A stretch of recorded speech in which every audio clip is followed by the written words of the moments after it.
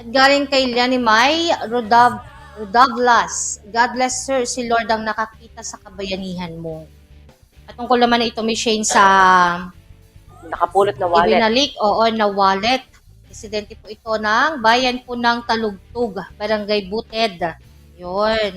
Marami na rin tayong mga kababayan na na-feature na talaga nga namang mga bagay na hindi sa kanila ay talagang ibinabalik nila kung kanino man yon sa may-ari. Sa hirap ng buhay, Miss Totoo, Shane. sa kabila ng hirap ng buhay, ay mas pinipili nila na gawin yung tama.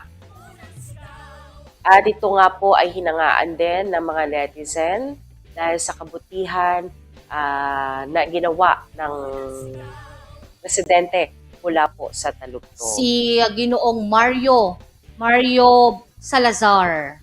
Sir Mario Salazar, tanga po kami sa inyo. At